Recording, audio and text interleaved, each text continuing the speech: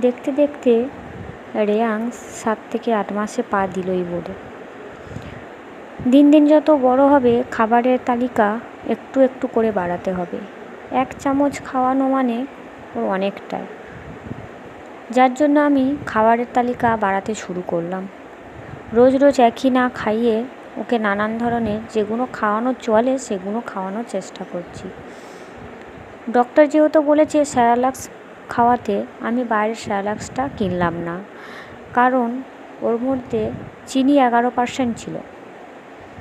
1 বছর না হলে আমি বাচ্চাকে কোনো চিনি বা লবণ আমি খাওয়াবো না, যার জন্য যেগুলো দিয়ে বাড়িতে বানানো যায় সেগুলো আমি কিনে ওকে বাড়িতে বানালাম।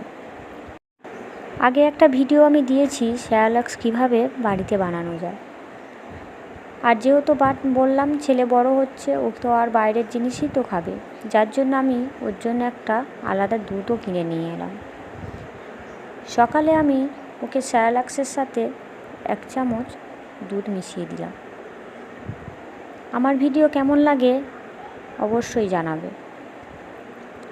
আর ছোট্ট ছোট্ট এরকমই বাচ্চার খাবারের ভিডিও নিয়ে অবশ্যই তোমাদেরকে দেখাবো।